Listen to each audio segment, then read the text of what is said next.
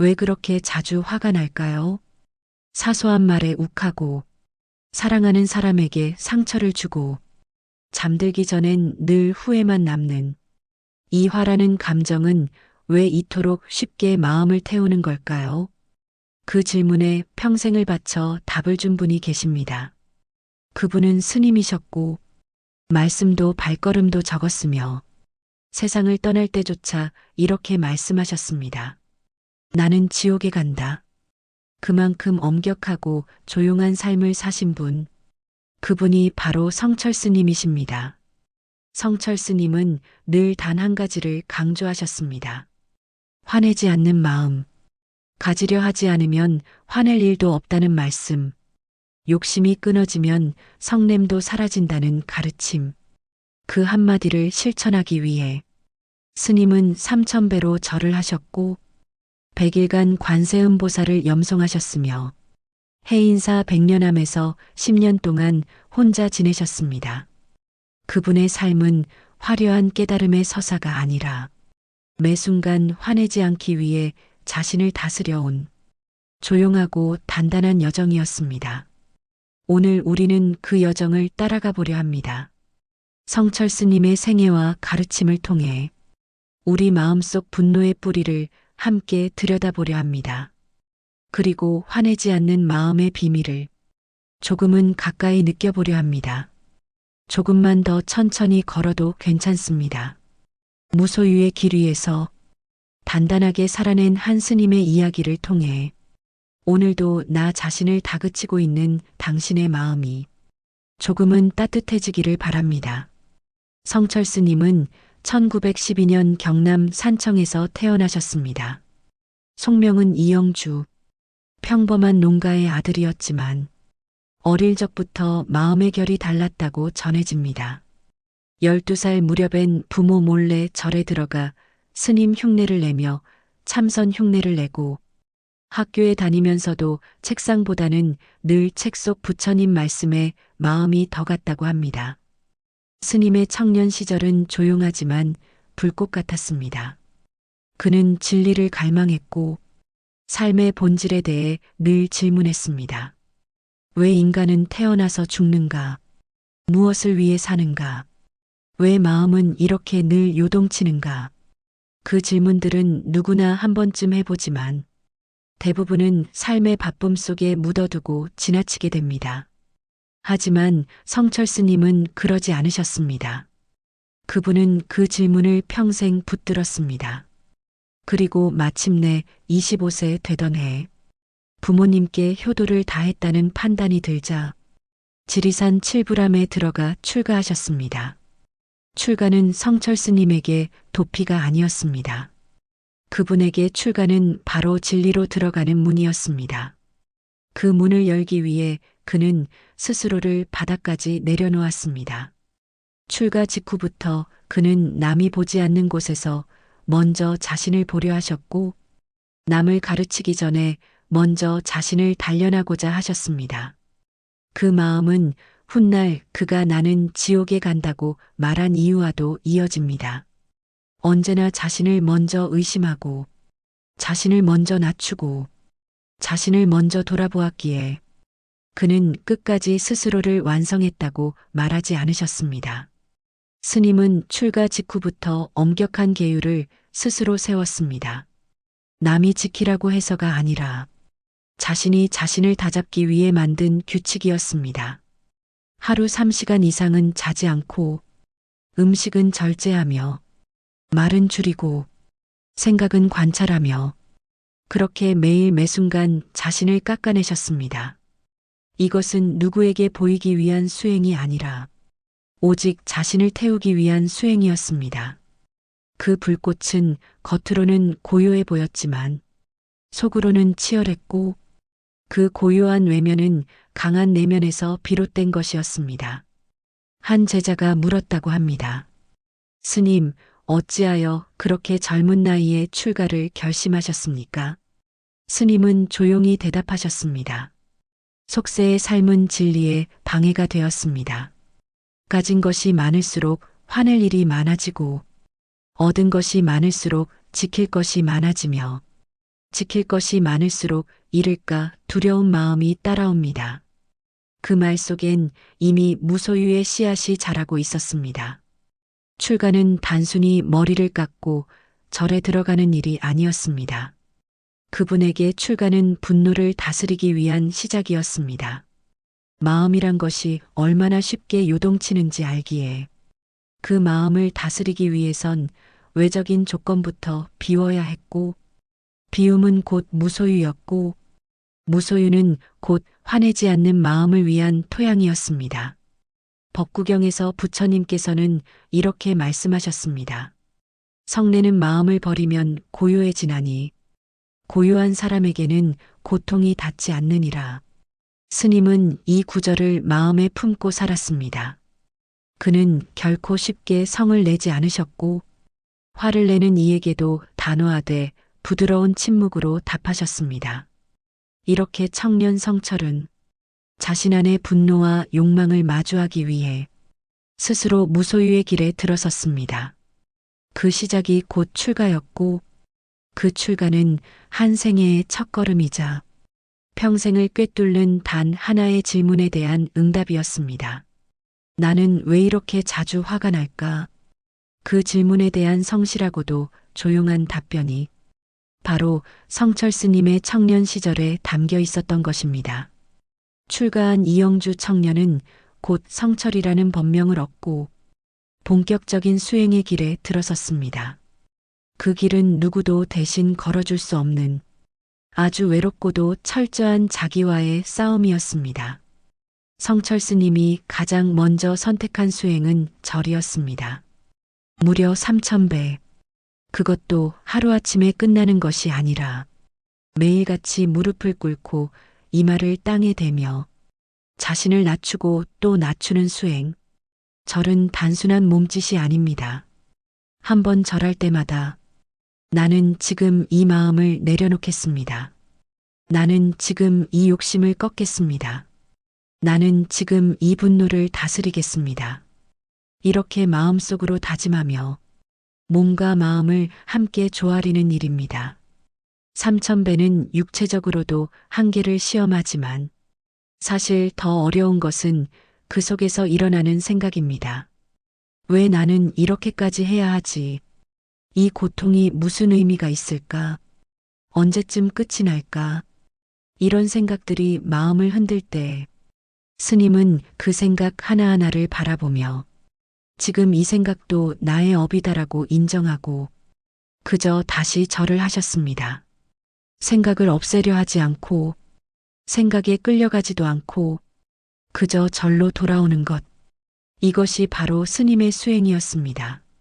그 다음은 100일 관음정근. 스님은 해인사에서 100일 동안 단 하루도 빠짐없이 관세음보살, 관세음보살, 관세음보살 이름을 외며 마음을 모았습니다. 하루에 수천 번, 수만 번 같은 이름을 부르며 마음은 점점 고요해지고 그 속에서 욕망과 분노는 힘을 잃었습니다. 사람들은 종종 묻습니다. 왜 같은 말을 그렇게 반복합니까? 그것은 기적을 바라서가 아니라 그 반복 속에서 마음의 흐름을 바라보게 되기 때문입니다. 스님은 관세음보살의 이름을 수없이 부르며 자신 안의 분노가 언제 일어나는지, 어떤 상황에서 흔들리는지를 스스로 꿰뚫어 보셨습니다. 부처님은 수타니파타에서 이렇게 말씀하셨습니다. 말과 생각과 행동을 조심하라. 그 셋이 고요해지면 마음은 흔들리지 않느니라. 성철 스님은 이 말씀을 수행으로 증명하셨습니다. 말을 줄이고 생각을 관찰하고 행동을 절제하는 삶. 그 삶의 정점은 바로 침묵이었습니다. 백년암에서 10년 동안 스님은 혼자 지내셨습니다. 외부와의 접촉을 끊고 스스로 정한 계율을 더 엄격히 지키며 하루하루를 단조롭고도 철저하게 사셨습니다. 그 10년 동안 누구도 쉽게 그곳에 들어갈 수 없었고 스님은 거의 말도 하지 않으셨습니다. 그 침묵 속에서 스님은 마음속의 분노와 마주하셨고 그 분노를 다스리는 법을 체득하셨습니다. 분노란 없애야 할 대상이 아니라 이해하고 지나가야 할 마음의 한 조각이라는 것. 스님은 그 분노를 억누르거나 부정하지 않고 그저 바라보며 지나가는 법을 익히셨습니다. 그 수행의 결과가 바로 그분의 고요한 눈빛과 짧고 단호한 말씀 속에 담겨 있었습니다. 그 모든 수행의 목적은 단 하나, 화내지 않는 마음. 그 마음은 타인을 위한 것이 아니라 결국 나 자신을 해치지 않기 위한 수행이었습니다. 화를 내면 결국 내가 다친다. 그 단순한 진실을 온몸으로 실천하신 분, 그분이 바로 성철 스님이었습니다. 오늘날 우리도 마음속 분노를 다스리기 위해 무언가 대단한 수행을 해야 하는 것은 아닙니다. 하루에 한 번이라도 조용히 눈을 감고 내 마음을 들여다보는 것, 사소한 일에 욱하려는 그 순간, 잠시 멈추고 내 호흡을 바라보는 것, 그것이 지금 우리에게 가능한 3000배이고 100일 관음일지도 모릅니다. 스님의 수행은 보여주기 위한 것이 아니었습니다. 단 한 사람, 자신이라는 존재를 끝까지 책임지기 위한 길이었습니다. 그 길 위에서 분노는 사라지지 않았지만 더 이상 우리를 휘두르지 않는 존재가 되었고 그것이야말로 화내지 않는 마음의 비밀이었습니다. 사람은 무엇을 가질수록 더 불안해집니다. 집이 생기면 집을 지켜야 하고 사랑이 생기면 상처받을까 두려워지고 명예가 생기면 잃을까 노심초사하게 됩니다. 성철 스님은 그런 인간 마음의 구조를 꿰뚫고 계셨습니다. 그래서 말보다 먼저 삶으로 보여주셨습니다. 무소유. 그것이 스님의 철학이었고 그 철학은 단지 물건을 비우는 것을 넘어 마음을 비우는 일이었습니다. 스님은 평생 자기 물건이 없었습니다. 입던 옷도 남이 주는 대로 입었고 신발 하나조차 스스로 마련하지 않으셨습니다. 법당 안의 자리도 따로 정해두지 않으셨고 절에서 일어나는 어떤 일에도 내가라는 말로 관여하지 않으셨습니다. 누군가 무언가를 드리려 하면 항상 손을 내저으며 말씀하셨습니다. 고맙지만 나는 이만하면 충분합니다. 그 말은 겸손이 아니라 진심이었습니다. 성철 스님이 보여준 무소유는 단지 소유를 포기하는 삶이 아니라 화내지 않는 마음으로 가는 지름길이었습니다. 왜냐하면 소유는 곧 집착이고 집착은 곧 분노의 뿌리이기 때문입니다. 내가 이걸 꼭 가져야 한다. 이건 절대로 잃으면 안 된다. 이런 생각이 클수록 세상은 내 뜻대로 움직이지 않기에 자주 화를 내고 자주 괴로워집니다. 그런 마음을 스님은 침묵으로 다스리셨습니다. 스님의 하루는 말이 없었습니다. 수행자와 제자가 찾아와도 묻기 전엔 먼저 말하지 않으셨고 질문이 오더라도 대답은 짧고 단순했습니다. 어떤 이는 답답하다고 했고 어떤 이는 냉정하다고도 했지만 사실 그 침묵 속엔 엄청난 연민과 관찰이 숨어 있었습니다. 스님은 말 대신 마음으로 듣고 계셨습니다. 말이 많은 사람은 자기를 듣지 못합니다. 하지만 침묵하는 사람은 내면의 파동 하나까지 놓치지 않습니다. 어느 날 한 제자가 스님께 물었습니다. 스님, 저는 자꾸만 화가 납니다. 이 사람도 미워지고 저 사람도 미워집니다. 어떻게 하면 좋을까요? 스님은 조용히 말씀하셨습니다. 미워할 필요가 없어야지. 갖고 싶지 않으면 미워할 일도 없느니라. 그 한마디에 제자는 울음을 터뜨렸다고 합니다. 미움은 다투기 위한 마음이 아니라 결핍의 또 다른 얼굴이라는 걸 그제야 알게 된 것이었습니다. 아암경에서 부처님께서는 말씀하십니다. 욕심이 줄어들면 성냄도 함께 사라지느니라. 욕심과 성냄은 한 뿌리에서 자라나기 때문이라. 스님은 그 가르침을 전하는데 그치지 않고 직접 자신의 삶으로 증명하셨습니다. 무소유는 단순한 수행 덕목이 아니라 화내지 않는 삶의 철학이었습니다. 가질 것을 줄이면 지킬 것도 줄고, 지킬 것이 줄면 두려움도 사라지고, 두려움이 사라지면 화낼 필요도 사라지는 것. 이 단순한 이치를 스님은 묵묵히 사셨습니다.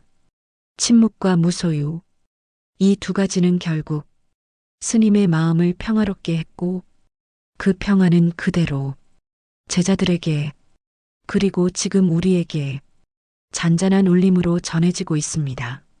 지금 우리에게 필요한 것도 거창한 철학이 아닐지 모릅니다. 가지려는 마음 하나 내려놓고 말 한마디 아끼고 침묵 속에서 스스로를 바라볼 용기.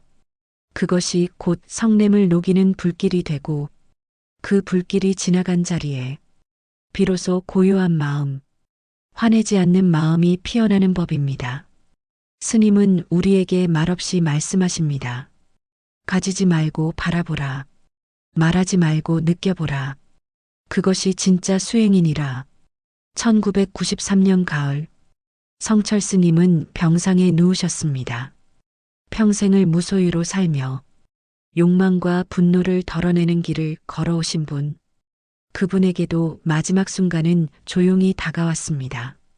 그 시기 제자들과 대중들은 스님의 병환을 듣고 하루에도 수차례 안부를 물었고 무언가 남기실 말씀이 없을까 귀를 기울였습니다. 하지만 스님은 끝까지 말씀을 아끼셨습니다. 당신은 말 대신 삶 전체를 한 편의 설법처럼 남기셨습니다. 그러다 어느 날 임종을 앞두고 제자들에게 조용히 말씀하셨습니다. 나는 지옥에 간다. 그 한마디는 제자들에게 충격이었고 어떤 이는 슬퍼했고 어떤 이는 이해할 수 없다고 말했습니다. 하지만 그 말 안에는 수행자의 철저한 자기 점검이 담겨 있었습니다. 스님은 자신을 단 한 번도 깨달은 자라 여기지 않으셨고 늘 자만을 경계하셨고 늘 스스로를 돌아보셨습니다. 그 말씀은 겸손이라기보다는 진실한 고백이었습니다. 나는 아직 부족하다. 나는 아직도 화내지 않으려 수행 중이다. 그것은 오히려 제자들에게 가장 단단한 가르침이 되었습니다. 누구도 완전하지 않다. 그러니 한 걸음 한 걸음 지금 이 자리에서 할 수 있는 수행을 하라는 조용한 당부였습니다. 입적 전날 제자 중 한 명이 물었습니다. 스님, 마지막으로 남기실 말씀은 없으십니까? 스님은 짧게 대답하셨습니다. 그것이 전부였습니다.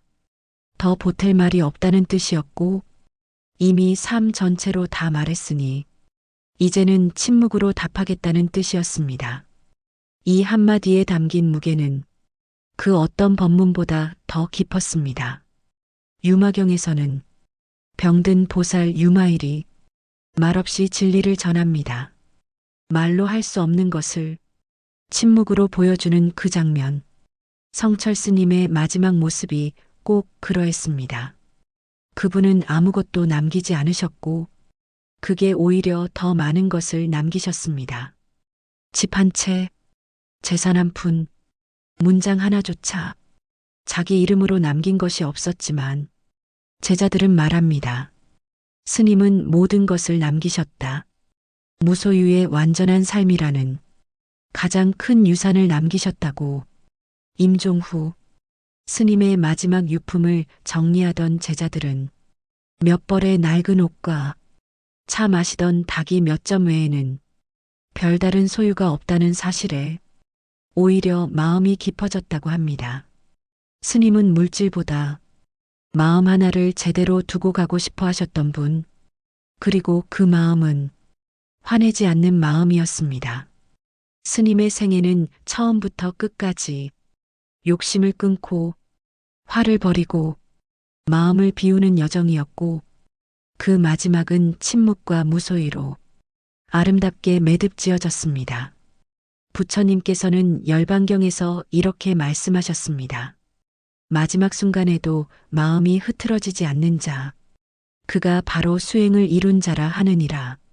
성철 스님은 그 말씀 그대로 마지막까지 마음을 흐트러뜨리지 않으셨고 스스로의 삶 전체로 진리 하나를 보여주셨습니다. 지금 우리는 스님의 입적 이후에도 그 침묵 속 가르침을 따라 조용히 배우고 있습니다. 화가 치밀 때, 욕심이 생길 때, 무언가 내 마음을 흔들 때 문득 그 말씀을 떠올립니다. 그것이 전부였습니다. 더하지도 빼지도 않고 지금 이 마음을 바라보는 것, 그것이 스님이 남긴 가장 단단한 수행이었습니다. 지금 당신은 무엇 때문에 화가 나 있으신가요? 사람 때문인가요? 말 한마디 때문인가요? 세상이 나를 몰라줘서 혹은 나 스스로를 용서하지 못해서 마음 깊은 곳에서 화가 피어오를 때 우리는 어떻게 해야 할까요? 성철 스님은 대답하지 않으셨습니다. 그저 살아내셨습니다. 말없이 무엇 하나 가지지 않고 욕심을 줄이고 화를 내지 않으며 그저 하루하루를 절처럼 살고 관음정근처럼 살고 침묵처럼 살아내셨습니다. 그 삶은 우리가 화를 낼 수밖에 없다고 믿는 이 시대에 아무 말 없이 아니야, 안 내도 돼. 그냥 그렇게 바라보면 돼. 하고 말해주는 것 같습니다. 스님의 말씀 중에서 가장 많이 기억되는 한마디, 산은 산이요, 물은 물이로다. 그 말은 결국 있는 그대로를 보라는 뜻이었습니다. 산을 산으로, 물을 물로, 사람을 사람으로, 나를 나로, 그대로 바라보면 화낼 일도, 미워할 일도, 붙들 일도 줄어듭니다. 우리는 자주 속상합니다. 왜 이렇게 나는 조급할까? 왜 나는 자꾸만 다그칠까? 하지만 스님은 그런 마음을 바라보는 것이 수행의 시작이라 하셨습니다. 화를 안 내는 사람이 아니라 화를 낼 때 그 마음을 들여다보는 사람, 그 사람이 진짜 수행자라고 하셨습니다. 무소유는 멀리 있는 것이 아닙니다. 지금 이 순간 내가 내려놓을 수 있는 생각 하나, 내가 참을 수 있는 말 한마디, 그 속에 무소유가 있고 그 속에 화내지 않는 마음이 있습니다. 지친 청년들아, 오늘도 어쩔 수 없이 화를 냈더라도 괜찮습니다. 스님도 완전하다고 말씀하지 않으셨습니다. 나는 지옥에 간다 하시며 끝까지 자신을 돌아보셨던 그분처럼 우리도 오늘 하루 한 번 더 내 마음을 들여다보면 됩니다. 우리는 아직 수행 중입니다. 아직 걷고 있습니다. 천천히, 하지만 단단히, 오늘도 무소유의 길 위에서 화를 다스리기 위한 작은 걸음을 내딛는 당신에게 스님의 침묵이 작은 연등처럼 따뜻하게 남기를 바랍니다.